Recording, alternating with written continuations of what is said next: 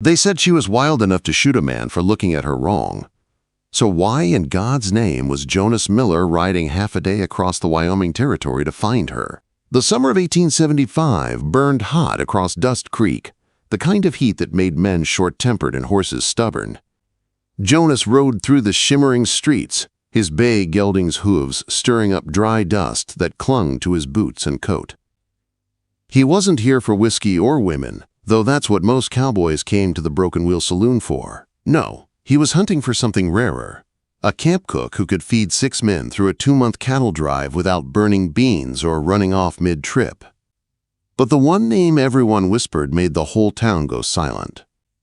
Sarah Callahan Afternoon Miller called Sam Henderson from his general store porch, newspaper limp in his sweaty hands. "Heard you're looking for a cook." "Ain't many left since Cookie Johnson keeled over." Jonas tipped his hat. "That's what they tell me," Sam chuckled darkly. "Heard there's one over in Millbrook, though I'd think twice before hiring her. Mean as a bobcat, they say. Threw a stew pot at her last boss." Jonas gave a small, thoughtful nod. "Mean or not, a cook's a cook." Quote. He didn't linger. The saloon door swung open as he stepped inside, leaving the glare of the sun behind. The place smelled of smoke and cheap whiskey. A few ranch hands sat at the bar, and old Jake Turner was asleep in the corner, hat over his face. "Well, I'll be," drawled Tom Garrett, the bartender, wiping a glass with a rag Jonas Miller in the daylight. "What's the world coming to? Need information," Jonas said. "Looking for a cook?" Tom barked a laugh. "You and every other ranch from here to Cheyenne. Heard there's one in Millbrook. Sarah Callahan. But you don't want her." Jonas's gray eyes narrowed. "Why not?" The room grew still. Even Jake stirred. Tom leaned close. "Because that woman's wilder than the country itself. Last man who got too friendly near lost an ear. She don't take orders, don't take lip, and sure as sin don't take kindly to being told what to do. She can cook," though Tom sighed. "Best I ever heard. But she's trouble, Jonas." "Real trouble." Jonas drained the water Tom set before him, then adjusted his gun belt. "Trouble or not, I'll find her."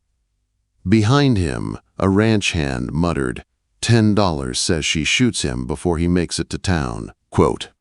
The laughter followed Jonas as he stepped back into the blazing street. He untied his horse and rode east toward Millbrook, the sun sinking low over the horizon. The trail was long, lined with sagebrush and rocks that shimmered like ghosts in the heat. But Jonas Miller wasn't one to turn from hard trails or hard people. By the time he reached Millbrook, the sky had turned purple and gold. The town was small, a single main street with a few shops and one tired-looking boarding house at the end. The smell of roasting meat and baked bread floated through the air, and his stomach growled for the first time all day. He tied up his horse and knocked on the door. It opened to reveal a stout woman with sharp eyes and a tighter bun than a church sermon. "We're full," she snapped before he could speak. "Not looking for a room, ma'am." "I'm looking for Sarah Callahan." Her expression soured instantly. "What's she done now?" "Nothing. I'm offering her a job." The older woman studied him for a long moment, then stepped aside. "Kitchen's in the back." "Don't say I didn't warn you, mister. She's got the tongue of a preacher and the temper of a hornet." Quote. Jonas followed her through the dining room, where boarders paused mid-bite to stare at the dusty stranger. When the kitchen door swung open, heat and noise poured out, the clatter of pans, the hiss of frying, and the unmistakable scent of something delicious. At the stove stood a woman with auburn hair escaping her kerchief, sleeves rolled up, moving with fierce focus. There was flour on her cheek and defiance in her green eyes. "Sarah," said the landlady, "there's a man here to see you." She turned, eyes sharp as cut glass. If it's about Mr. Brewster, he had it coming. Man puts his hands where they don't belong, gets a skillet to the head. Natural consequences. Jonas's lips twitched. "I'm here to offer you work."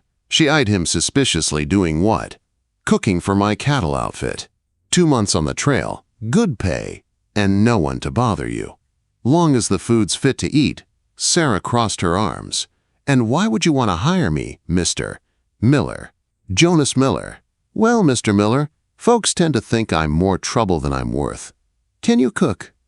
Better than anyone in this territory, she said without modesty. Then that's all that matters. A flicker of surprise softened her expression. You'll regret it, maybe, but I've faced worse than a cook with a bad temper. She wiped her hands on her apron. Fine, I'll take it, but I've got conditions. Let's hear 'em. I bunk separate from the men. I carry my own weapons. And if any cowboy so much as looks at me sideways, I handle it my way. Jonas nodded. Agreed. As long as your way doesn't end in a funeral. No promises, she said, but a smile tugged at her lips. She handed her apron to the landlady, who looked more relieved than anything. I'll be in Dust Creek in 5 days. Don't be late paying me, Jonas tipped his hat. Wouldn't dream of it. When he stepped back into the night, the stars were bright over the plains, and the air felt cooler against his skin. As he mounted his horse, he couldn't shake the image of her. Those green eyes, that wild confidence. Maybe she'd be trouble. Maybe she'd save his drive. Either way, he knew one thing for sure. This summer was about to get dangerous, in a way no cattle drive ever had. And as the moon rose over the Wyoming horizon, Jonas Miller rode toward the future, not knowing if he'd just hired his salvation or his ruin. The morning Sarah Callahan arrived at Jonas Miller's ranch, she didn't sneak in quietly like most hired hands. She came thundering up the trail in a rickety wagon, pulled by a mule that looked almost as mean as she did, dust swirling around her like a personal storm. The cowboys stopped their work to stare. It wasn't every day a woman rode into camp alone, armed and cussing at a mule in 2 languages. Sweet mercy, muttered young Charlie Dawson, that our new cook. Reckon so, replied Frank Cooper, older and wiser. She looks more like she's fixin' to take the ranch by force. Sarah jumped down before the wagon even stopped moving. Her auburn hair caught the sunlight, and her green eyes swept the camp like a general inspecting her troops. She spotted the outdoor kitchen, a small stove under a lean-to, a few warped shelves, and pots that had seen better years. Her expression was pure disbelief. That, she said sharply, pointing, is where you expect me to perform miracles. Jonas stepped out from the barn, wiping his hands on a rag. It's basic, but it works. Basic, Sarah repeated with a short laugh. I've seen better setups in mining camps. Quote. She stalked toward the stove, lifting pot lids, testing the stove door, shaking her head at every turn. I'll need more shelves, a proper work table, and something to keep the dust out of my flour. You want your men fed right, or you want me cooking in this sorry excuse of a kitchen? Jonas watched her, trying not to smile. I'll see what we can do. You'll see that it's done, she corrected. Now point me to the supplies. The rest of the crew had gathered by then. Hank Williams, a mountain of a man with arms like tree trunks. Eli Porter, the best horse wrangler around but a world-class complainer. Red McCarty, whose nickname came from the hair that had long since gone gray. And Charlie, still young enough to think life was an adventure. She'll be cooking for the drive, Sarah crossed her arms, surveying them. You'll do. Though you, she pointed at Charlie, need to eat more. You look like the wind could knock you over. And you, this to Eli, stop scowling. I promise not to poison you unless you give me reason to. Eli blinked. We heard you threw a stew pot at your last boss. Only because he threw his opinions about women first. Sarah shot back fair's fair. Quote. The men snickered, but none dared say more. Over the next few hours, she took command of the kitchen like she'd owned it her whole life. Charlie and Red built new shelves under her direction. Hank moved the stove, and Eli grumbled but followed orders. Jonas watched from the corral, half amused, half impressed. His men who'd barely listened to him without argument, were scurrying around like boys doing chores for their mother. She's something, ain't she? Frank said, leaning on the fence beside him. That's one word for it, Jonas replied. The boys are taken, bets on how long she lasts. Charlie says a week, Eli says 3 days. Jonas chuckled quietly. I'll take the long odds. I say she'll outlast us all. By the time the sun began to fall, the camp smelled like heaven itself. For the first time in months, There was no trace of burnt beans or scorched coffee. Instead, the air was thick with the scent of real food, fresh biscuits, beef stew rich with spices, and coffee that didn't taste like it came from a muddy creek. When the dinner bell rang, a new addition Sarah had somehow found and hung herself. Every cowboy dropped what he was doing.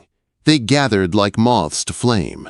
Sarah stood by the table, arms crossed. Don't just stand there gawking. Food's getting cold. They dove in like men starved. Charlie was the first to speak, mouth full of stew. "Miss Sarah, this is the best meal I've had since I left home." "Don't get used to it," she said briskly, but Jonas caught the faint curve of a smile. "Trail cooking won't be this fancy." When supper ended, the men didn't scatter like usual. They lingered, talking and laughing. The camp felt different, warmer, lighter. Jonas saw it, and so did Sarah. Eli asked where she learned to cook like that. Sarah paused in her cleaning. "Started at a boarding house when I was 13. Been working kitchens ever since. Hotels, saloons, ranches. Lost count of how many. I leave when I have to." "Why's that?" Red asked softly. Sarah's smile was thin as a blade. "Most men think a woman in the kitchen belongs on the menu too." I had to correct that notion a few times. An uneasy silence followed until Jonas spoke. "Any man here who forgets his manners will answer to me, and then to Miss Callahan. Considerably worse than you, I imagine," Sarah said, her tone light again, now clear out. "I've got work to do for breakfast." The men obeyed, laughing as they went. But Jonas stayed. "That was a fine meal," he said quietly. "It was adequate," she replied, wiping her hands. "Wait till I get decent supplies." She studied him for a long moment. "You're not what I expected, Mr. Miller. What did you expect?" "The usual. A man desperate enough to hire me, but still fool enough to tell me how to do my job." Jonas gave a faint grin. "I learned in the cavalry to let the experts handle their own work." Her gaze softened. "Cavalry, huh? That explains the posture and the quiet. You've seen things. 6 years of it," he said simply. They stood in silence for a moment, two people who'd seen more of life's rough edges than they cared to admit. Then Sarah broke the stillness. "Breakfast is at 5. Don't be late." "I don't feed stragglers." Jonas tipped his hat. "Wouldn't dream of it." That night, the men's laughter drifted through the camp, and the smell of clean smoke lingered in the cool air. But Jonas lay awake, staring at the stars. He'd hired a cook, yes. But Sarah Callahan wasn't just a cook. She was a storm that had rolled into his quiet life, unpredictable and alive, and he couldn't decide whether she'd save him or burn him down to ashes. And as he closed his eyes, he knew one thing for certain. This drive this summer would be like none before it. Because when the wildest cook in the West joined his crew, peace became a luxury he could no longer afford. The storm came without warning. One moment, the Wyoming sky was calm and golden. The next, black clouds rolled in like a wall of vengeance. Jonas knew the signs. Restless cattle, a sudden drop in the air, that eerie stillness before chaos. Storms coming fast. He called to Sarah, who was gathering buffalo chips for the evening fire. She glanced up, squinting at the sky. "That's gonna be a mean one. How far to shelter?" "Half a mile." Old Blind shack by the cottonwoods. They mounted quickly and rode hard, wind howling around them. Lightning split the horizon as fat raindrops began to fall, the kind that stung when they hit your skin. By the time they reached the shack, thunder was shaking the ground. Jonas checked the inside, empty except for dust and an old bunk. It wasn't much, but it was dry. Sarah followed him in, her hair plastered to her face, her cheeks flushed with exertion. "Well," she said, brushing rain from her sleeves, "home sweet home." Jonas secured the horses and returned, soaked through. Sarah had already lit a fire, her movements quick and sure. The flames threw warm light over the small space, painting her features in gold and shadow. "You're dripping on my floor," she teased. "Your floor." Jonas hung up his hat. Didn't realize you'd claimed the property already. She smiled faintly and handed him a cloth, possessions 9/10 of the law. They sat across from each other, the storm raging outside, the fire crackling between them. For the first time since she'd joined his crew, they were truly alone. "Can I ask you something?" Sarah said after a while. "Sure. Why'd you really hire me?" Don't say it was just for the cooking, Jonas thought, for a long moment. Maybe I wanted someone who didn't scare easy. Someone who could stand their ground when the world turned means Sarah tilted her head. You could have hired any fool with a skillet. I don't hire fools. She gave a soft laugh, then fell quiet. The firelight flickered across her face, highlighting freckles and a smudge of soot on her cheek. "You know what's funny?" she said. "This is the longest job I've kept in years. Most bosses either fire me or try to own me. You're different." "Just trying to get through the drive in one piece," Jonas said. But his voice was low. "And maybe treat folks right along the way." Her gaze held his. "You'd be surprised how rare that is." The thunder roared, shaking the tiny cabin. Jonas saw her flinch slightly before covering it with a smirk. "I've been in worse places," she said, "just not usually with better company." They shared a small, knowing smile. Jonas finally spoke, his tone heavy. "You ever do something you can't take back?" Sarah hesitated, then nodded more than once. He stared into the fire. "There was a time in the cavalry. We were ordered to attack a Cheyenne village. They said it was hostile. It wasn't. I refused the order, and when my commander tried to force it, I pulled a gun on him. Could have been hanged. They discharged me instead." Sarah's voice softened. "You did the right thing." "Doesn't feel like it." "Lost everything I knew that day." She reached out and touched his hand gently. "You didn't lose yourself. That's more than most men can say." The fire burned low.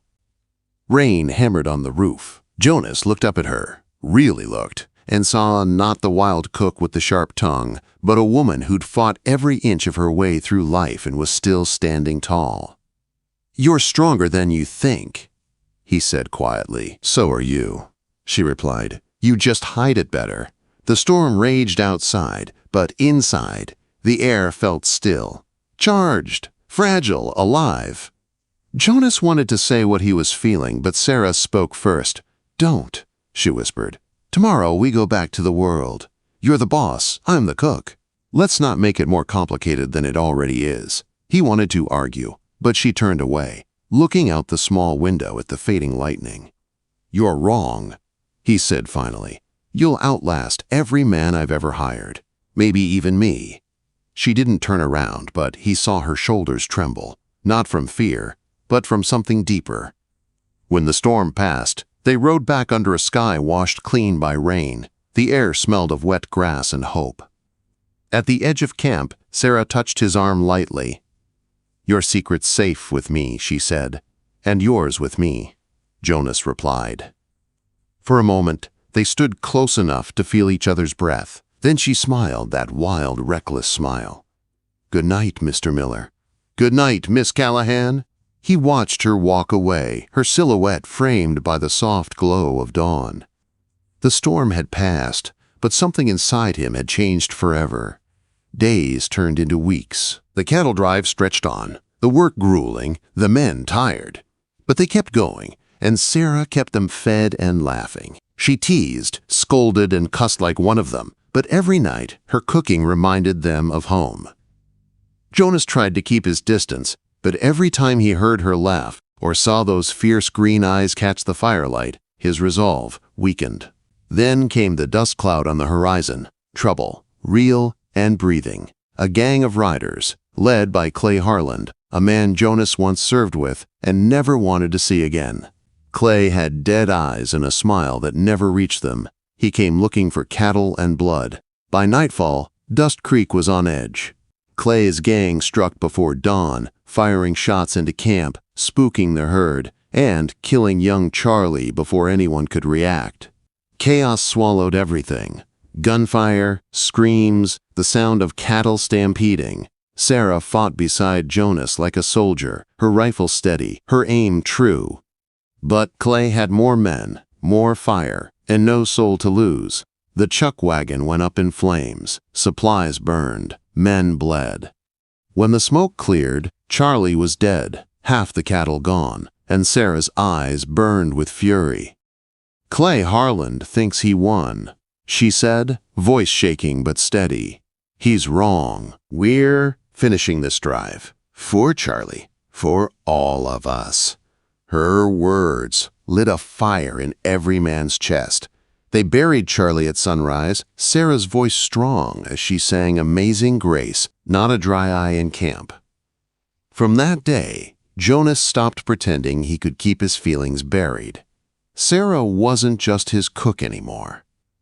She was the reason he fought, the reason he kept going when everything else had fallen apart. Weeks later, when Clay returned to claim what he thought was his, Jonas and Sarah were ready. The battle that followed was fierce, a storm of gunfire and dust. But this time, justice was on their side. Clay's gang broke under the townsfolk's united stand. Clay himself fell to Jonas's bullet, the past finally buried in the red Wyoming dirt. But victory came at a cost. Sarah was hit during the fight, her blood on Jonas's hands as he carried her to safety. For hours he waited outside the doctor's door, praying harder than he ever had in his life. When she finally opened her eyes, pale but alive, her voice was barely a whisper. "Did we win?" Jonas smiled through tears. "Yeah, we won." "Good," she breathed. "Now ask me again." "Ask what?" "Whatever you were going to ask that night in the storm." Jonas took her hand. "Sarah Callahan, will you marry me?" She smiled weakly. "Took you long enough, cowboy."